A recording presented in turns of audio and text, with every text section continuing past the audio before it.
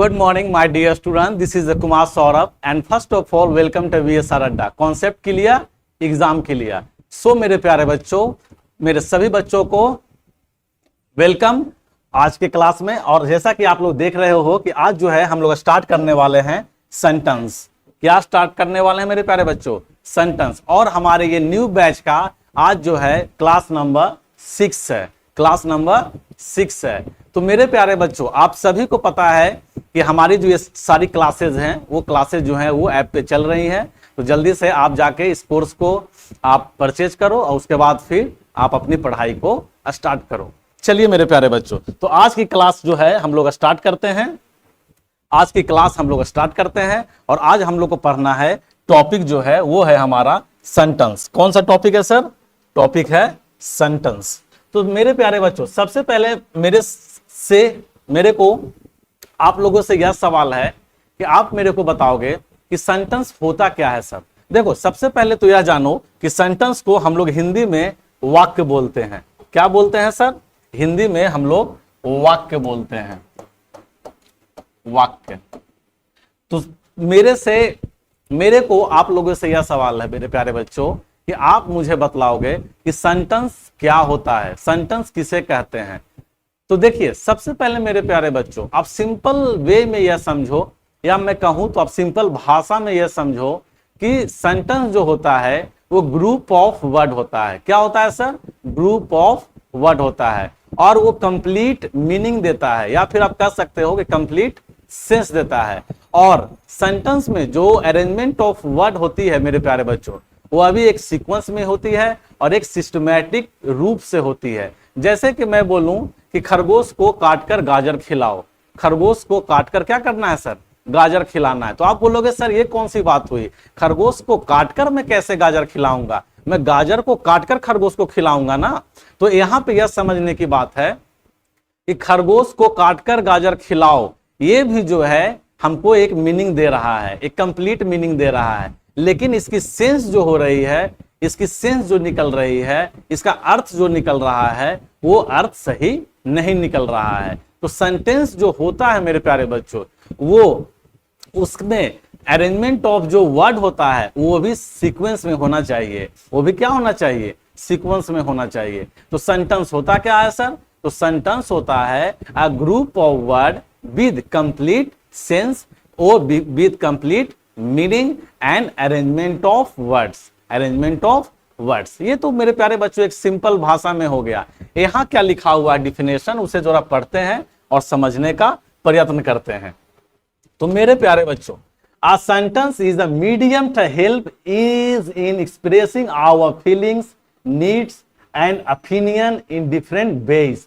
तो सेंटेंस क्या है सर? तो सेंटेंस एक मीडियम है, एक साधन है जो मदद करता है एक्सप्रेसिंग, मतलब व्यक्त करने में. क्या सर? हमारे अपने फीलिंग्स को, जो भी जरूरतें होती हैं उसे, और जो हमारी ओपिनियन होती है उसे डिफरेंट वे में जो है हम लोग सेंटेंस के द्वारा ही हम लोग अभिव्यक्त करते हैं, व्यक्त करते हैं. जैसे कि मान लिया जाए कि मैं किसी इंसान को बहुत ज्यादा पसंद करता हूं और उसे अब मुझे अपनी दिल की बात कहनी है. तो मैं कैसे कहूंगा बच्चों? इशारों से कहूंगा या फिर सेंटेंस का मदद लूंगा?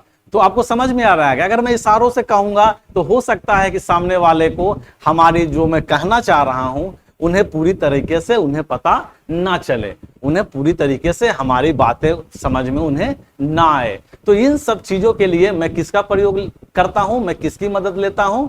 हम जो हैं सेंटेंस की मदद लेते हैं और बहुत आराम से हम उन्हें सेंटेंस के उपयोग से उन्हें क्या करते हैं सर? अपनी दिल की बात सामने वाले को बतलाते हैं और कहते हैं. इसके आगे क्या है sir?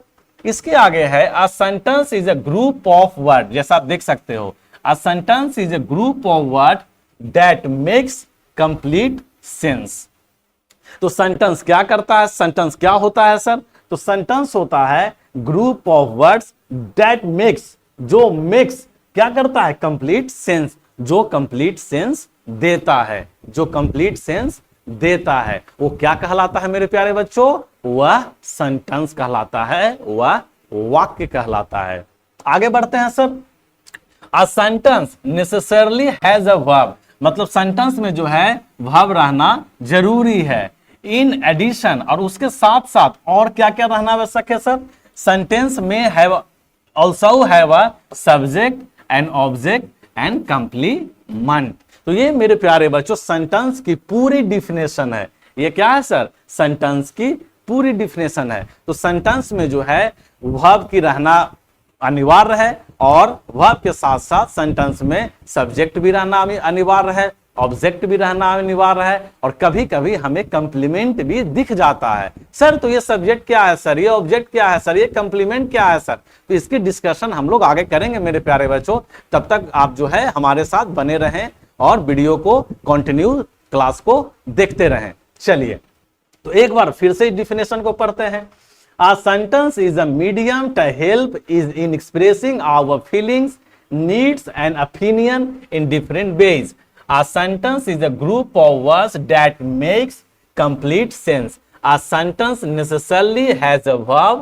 In addition, a sentence may also have a subject, object and complement. Subject, object and complement. वो क्या कहलाता है सर? वो सेंटेंस कहलाता है। वो क्या कहलाता है सर? वो सेंटेंस कहलाता है। तो सेंटेंस के बारे में हमें क्या क्या याद रखना है सर?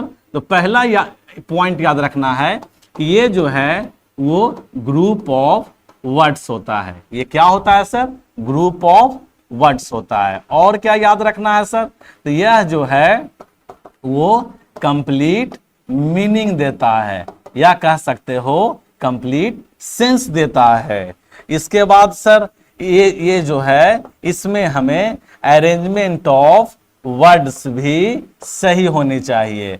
अरेंजमेंट ऑफ वर्ड्स की भी हमें ध्यान रखनी होगी। समझ में आ रहे मेरे प्यारे बच्चों? और इसमें क्या है सर? फोर्थ पॉइंट में इसमें जो है वर्ब भी रहना जरूरी है, सब्जेक्ट को भी रहना जरूरी है, ऑब्जेक्ट के भी रहना जरूरी है, और कभी कभी सेंटेंस में कंप्लीमेंट भी हमें मिल जाता है। कंप्लीमेंट भी हमें मिल जाता है। तो ये सेंटेंस के 4 पॉइंट्स हैं जिसे आपको ध्यान में रखना है कि सेंटेंस होता क्या है, सेंटेंस को हम पहचानेंगे कैसे।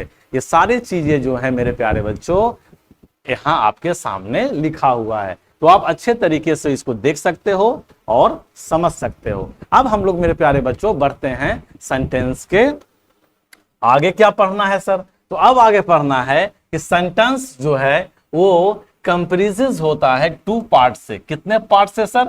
मतलब 2 पार्ट से सेंटेंस का जन्म होता है। कौन कौन सा पार्ट है सर? तो एक है सब्जेक्ट और दूसरा है प्रीडिकेट। एक है सब्जेक्ट और दूसरा है प्रीडिकेट। सर सब्जेक्ट क्या होता है सर? तो सब्जेक्ट देखो मेरे प्यारे बच्चों क्या होता है? The part of a sentence about which something is said in it is called a subject.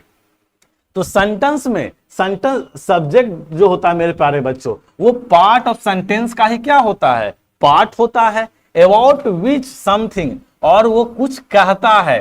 और वो क्या करता है सर? कुछ कहता है। मतलब कि सेंटेंस में जो सब्जेक्ट होता है वही जो है उसी के बारे में जो है कुछ कहना होता है। जैसे मैं बोलूं कि कुमार सौरभ इंग्लिश पढ़ाते हैं, तो इंग्लिश कौन पढ़ाते हैं सर? कुमार सौरभ। किनके बारे में बात हो रही है सर? कुमार सौरभ के बारे में बात हो रही है।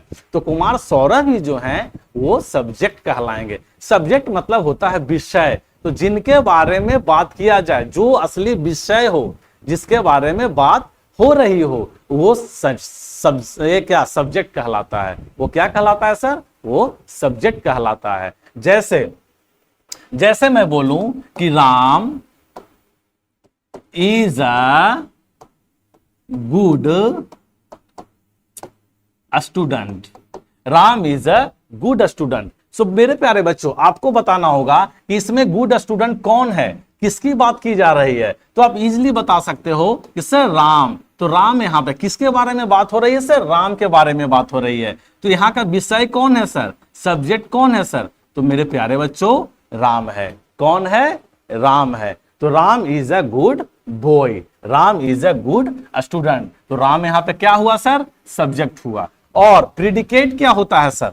तो प्रीडिकेट देखो क्या होता है, the part of a sentence, ये भी सेंटेंस का क्या होता है सर, पार्ट होता है, which is said about the subject is called its predicate. तो सर प्रीडिकेट जो होता है वो सब्जेक्ट के बारे में जो भी कुछ कहता है, उस सब्जेक्ट के बारे में जो भी कुछ कहता है वो प्रीडिकेट होता है। तो अब यहां ध्यान देना है कि सब्जेक्ट क्या होता है सर, सब्जेक्ट होता है जिसके बारे में कहा जाता है, और प्रीडिकेट क्या होता है सर, सब्जेक्ट के बारे में जो कुछ भी कहा जाता है वो प्रीडिकेट होता है। जैसे इसको कुछ एग्जाम्पल से हम लोग समझते हैं, हम लोग जो है कुछ एग्जाम्पल से समझते हैं। जैसे देखेंगे मेरे प्यारे बच्चों, आप अच्छे से समझेंगे। जैसे मान लिया जाए कि मैं लिखूं कि Ram is going to Patna,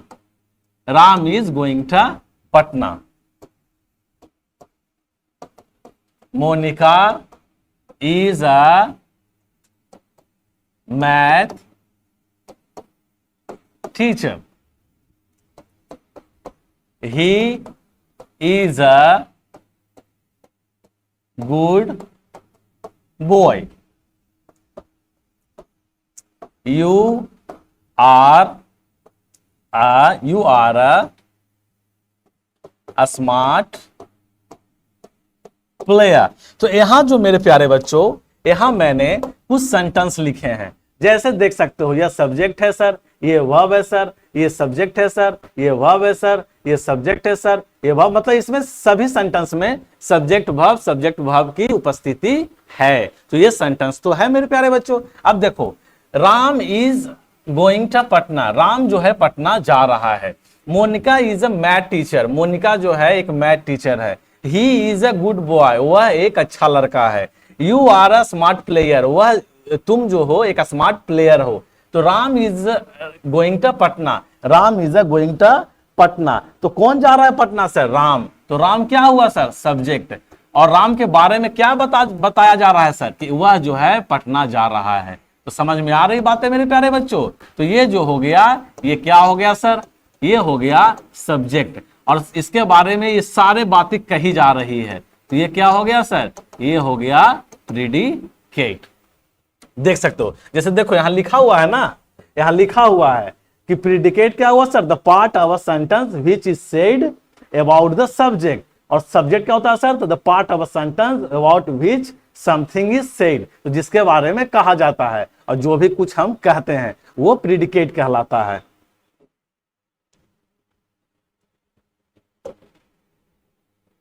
समझ में आ रही बात है। इसी तरह से देखो, मोनिका सब्जेक्ट हो गया सर, ये पूरा प्रीडिकेट हो गया सर। ये सब्जेक्ट हो गया सर, ये पूरा प्रीडिकेट हो गया सर। ये सब्जेक्ट हो गया सर, ये पूरा प्रीडिकेट हो गया सर। तो आप चाहो तो इसे इस तरह से आप डिवाइड कर सकते हो, ये सब्जेक्ट है और ये प्रीडिकेट है। देख लो मेरे प्यारे बच्चों, देख सकते हो, ये पूरा सब्जेक्ट और इधर जितने भी हैं वो सारे प्रीडिकेट। मतलब ये सब्जेक्ट जो है, इसके बारे में क्या क्या बोला जा रहा है सर, तो ये सारी बातें बोली जा रही है। तुम हो क्या हो sir, are a smart player, he is a good boy, Monica is a math teacher, Ram is a going to Patna. तो ये सब्जेक्ट और ये प्रीडिकेट, ये सब्जेक्ट और ये प्रीडिकेट। तो आई होप मेरे प्यारे बच्चों कि आप लोग को समझ में आ गया होगा कि सब्जेक्ट और प्रीडिकेट क्या होता है, सब्जेक्ट और प्रीडिकेट क्या होता है। अब हम लोग चलते हैं मेरे प्यारे बच्चों आगे, और आगे देखते हैं सेंटेंस के बारे में और मुझे क्या क्या जानने की आवश्यकता है। तो अब हमको यहां देखना है सर कि प्रीडिकेट हैज अ वर्ब। अब जैसा कि मैंने अभी आपको बताया कि प्रीडिकेट जो है उसके वो क्या रखता है सर, तो एक अपना वर्ब रखता है, और उसके अलावा भी बिसाइड कभी कभी वो अदर एलिमेंट भी रख देता है, जैसे ऑब्जेक्ट और जैसे कंप्लीमेंट, जैसे ऑब्जेक्ट और जैसे कंप्लीमेंट। अब हम लोग सीखेंगे कि मेरे प्यारे बच्चों कि अब ये ऑब्जेक्ट क्या होता है और ये कंप्लीमेंट क्या होता है। तो देखो ऑब्जेक्ट के बारे में यहां लिखा हुआ है, an object can be indirect object और डायरेक्ट ऑब्जेक्ट। तो ऑब्जेक्ट के भी टू टाइप्स होते हैं, ऑब्जेक्ट के भी टू टाइप्स होते हैं। कौन कौन से सर, तो एक डायरेक्ट ऑब्जेक्ट और दूसरा इनडायरेक्ट ऑब्जेक्ट। एक इनडायरेक्ट ऑब्जेक्ट और दूसरा डायरेक्ट ऑब्जेक्ट। तो इनडायरेक्ट ऑब्जेक्ट क्या होता है सर? तो ऑल लिविंग नाउन, सारे ऑल लिविंग नाउन और personal pronoun are included under indirect object. मतलब जितने भी ऑल लिविंग नाउन हैं और जो पर्सनल प्रोनाउन है, पर्सनल प्रोनाउन कौन कौन हो गया सर? जैसे he, she, they, you, we, ये सारे पर्सनल प्रोनाउन हैं। और Monica, Ravi, man, child, dog, line, ये सारे क्या है सर? लिविंग थिंग है, लिविंग नाउन है। तो जो लिविंग नाउन होंगे और जो पर्सनल प्रोनाउन होंगे वो कौन से कैटेगरी में आएंगे सर? वो आएंगे इनडायरेक्ट ऑब्जेक्ट में।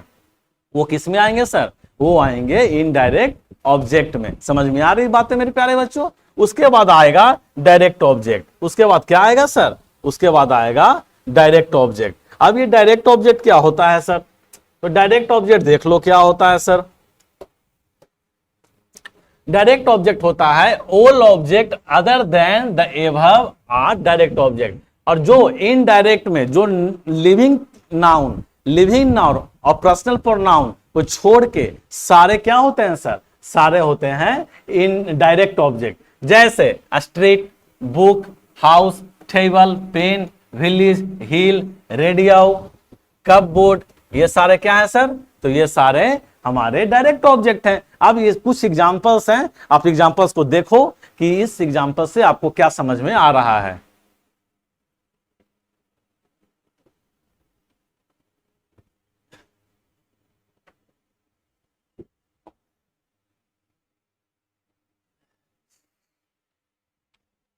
चलिए, तो यहां आपको एग्जांपल से यह समझ में आ रहा है बच्चों कि यह जो है सब्जेक्ट है द मैन, जिसके बारे में बात हो रही है।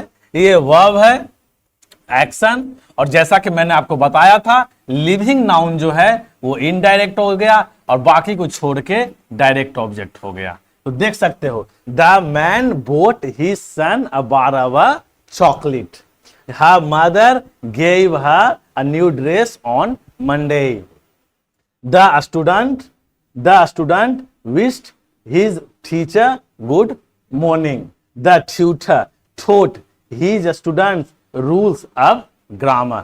तो जैसा कि आप देख रहे हो ये सारे सब्जेक्ट के कैटेगरी में है सर, ये सारे वर्ब के कैटेगरी में है सर। और जितने भी लिविंग नाउन है और पर्सनल प्रोनाउन है वो सारे इनडायरेक्ट ऑब्जेक्ट, और उसके अलावा address on Monday, good morning, rule of grammar, ये सारे क्या हैं सर? ये सारे डायरेक्ट ऑब्जेक्ट है मेरे प्यारे बच्चों। तो आई होप कि आपको समझ में आ गया होगा कि इनडायरेक्ट ऑब्जेक्ट कौन सा होगा और डायरेक्ट ऑब्जेक्ट कौन सा होगा।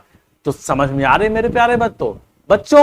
तो देखो यहाँ पे समझना यह है कि इनडायरेक्ट ऑब्जेक्ट जो होता है वो लिविंग नाउन होता है और पर्सनल प्रोनाउन होता है, और डायरेक्ट ऑब्जेक्ट जो होता है वो होता है मेरे प्यारे बच्चों रेस्ट ऑफ नॉन लिविंग और पर्सनल प्रोनाउन। तो यहां जो है आप देख सकते हो द मैन बोट, तो क्या उसने बोट किया sir? A bar of chocolate, यहां हो गया हिज सन।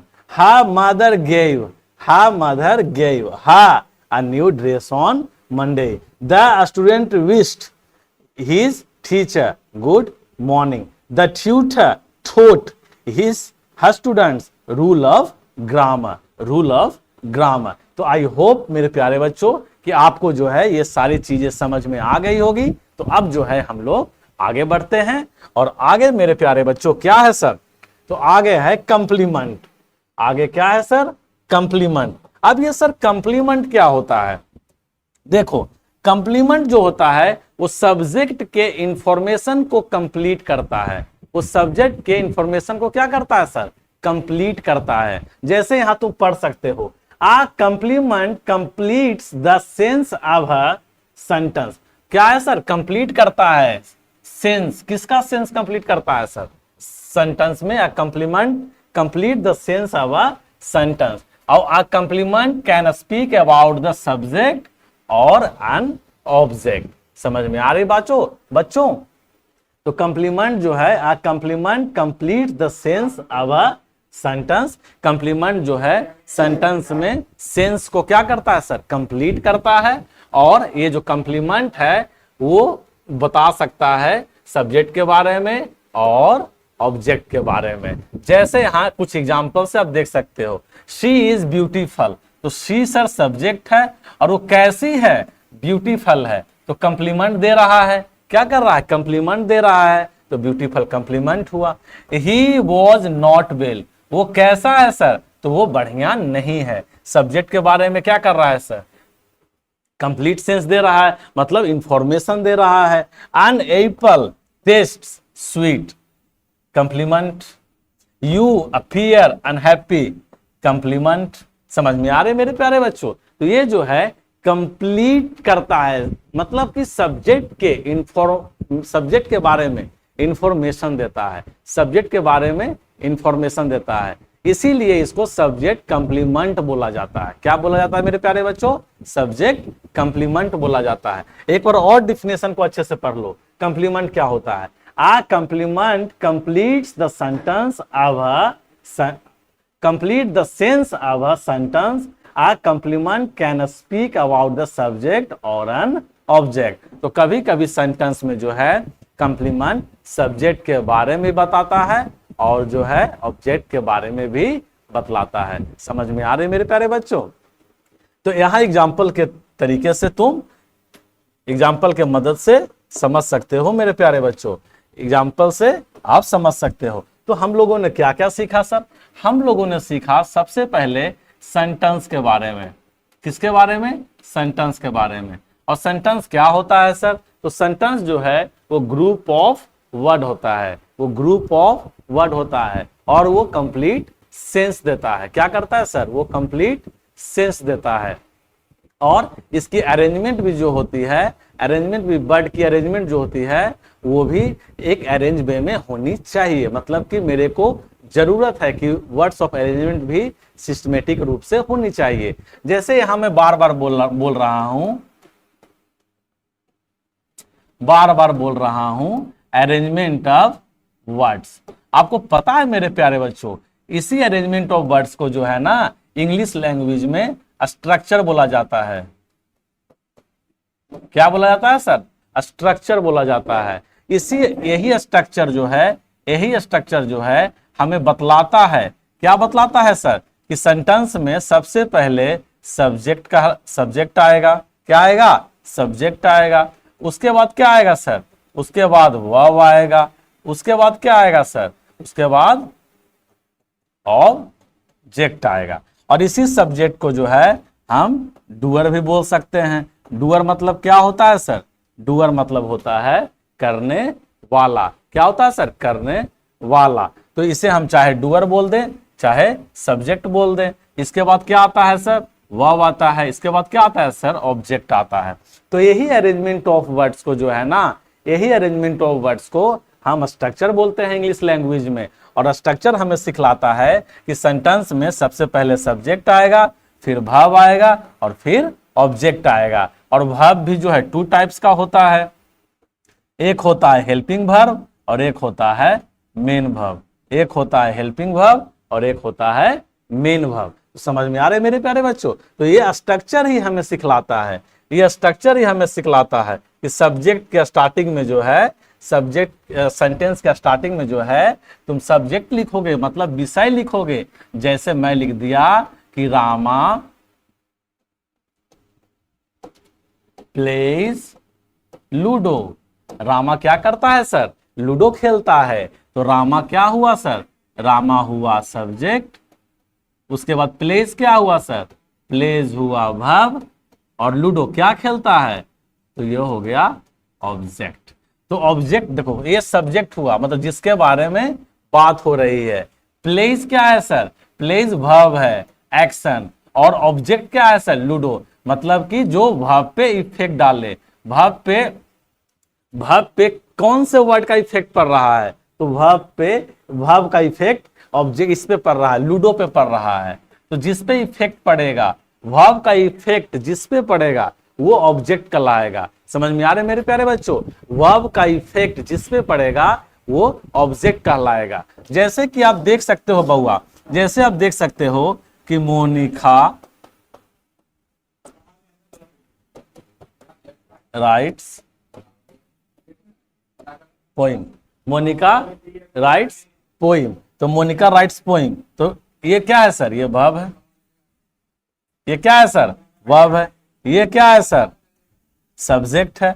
और क्या लिख रही है? पोइम लिख रही है, तो इस पे इफेक्ट पड़ रहा है। वर्ब का इफेक्ट किस पे पड़ रहा है सर? पोइम पे पड़ रहा है। तो ये क्या हो गया सर? ये हो गया आपका ऑब्जेक्ट। ठीक है, समझ में आई मेरे प्यारे बच्चों? तो यही आपको कहलाता है सब्जेक्ट वर्ब ऑब्जेक्ट। तो ये सारे चीजों कौन बतला रहा है कि कौन, कि पहले सब्जेक्ट लिखो, फिर वर्ब लिखो, फिर ऑब्जेक्ट लिखो? ये कौन बतला रहा है सर? ये कोई नहीं, सिर्फ एक इंसान बतला रहा है, स्ट्रक्चर। और स्ट्रक्चर को हिंदी में हम लोग ढांचा बोलते हैं। स्ट्रक्चर हमें बतलाता है कि हम लोग सेंटेंस में वर्ड की अरेंजमेंट को कैसे रखेंगे। और स्ट्रक्चर जो है हमें आसान बनाता है भाषा को सीखने में, किसी भी भाषा को सीखने में या किसी भी चीज को सीखने में। अगर मुझे स्ट्रक्चर बता दिया जाए कि अच्छा अच्छा ऐसे करो, ऐसे ऐसे करो, ऐसे ऐसे करो, तो चीजें सीखने में आसान हो जाती है। तो हम लोग स्ट्रक्चर के थ्रू ही भाषा को सीखते हैं। तो स्ट्रक्चर ही जो है मुझे बतलाता है, और इसी को हम लोग जो बोल देते हैं अरेंजमेंट ऑफ वर्ड्स। इसे ही क्या बोल देते हैं सर? Arrangement of. समझ में आ रही है मेरे प्यारे बच्चों? तो ये है आपकी जो है सेंटेंस की बेसिक इंफॉर्मेशन है। ये क्या है सर? सेंटेंस की बेसिक इंफॉर्मेशन कि सेंटेंस होता क्या है, सेंटेंस होता क्या है, सेंटेंस के टाइप्स कितने होते हैं, सेंटेंस के पार्ट्स कितने होते हैं। समझ में आ रही बातें? तो ये सारी चीजें जो हैं आज की क्लास में मैंने कवर किया। अब जो हमारी नेक्स्ट क्लास होगी मेरे प्यारे बच्चों, नेक्स्ट क्लास में हम लोग पढ़ेंगे types of sentence. Types of sentence. अब सेंटेंस के जो है कुछ प्रकार होते हैं। क्या होते हैं? कुछ प्रकार होते हैं। आज हम लोग पढ़े पार्ट ऑफ सेंटेंस। सेंटेंस के कुछ पार्ट्स होते हैं।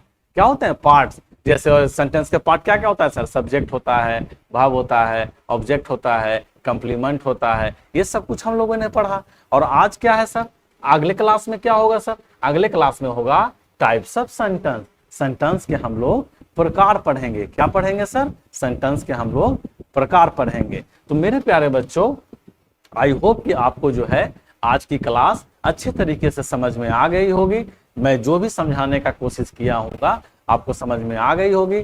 तो आई होप कि आप जो है अच्छे तरीके से समझ गए होंगे कि सेंटेंस जो होता है वो क्या होता है, सेंटेंस जो है वो कैसे बनता है, किस किस चीजों से बनता है, ये सब कुछ जो है आपको समझ में आ गई होगी। तो नेक्स्ट क्लास में मेरे प्यारे बच्चों हम पढ़ेंगे टाइप्स ऑफ सेंटेंस। क्या पढ़ेंगे? Types of sentence. चलिए तो मिलते हैं फिर हम आपसे नेक्स्ट क्लास में। तब तक के लिए टाटा, बाय बाय।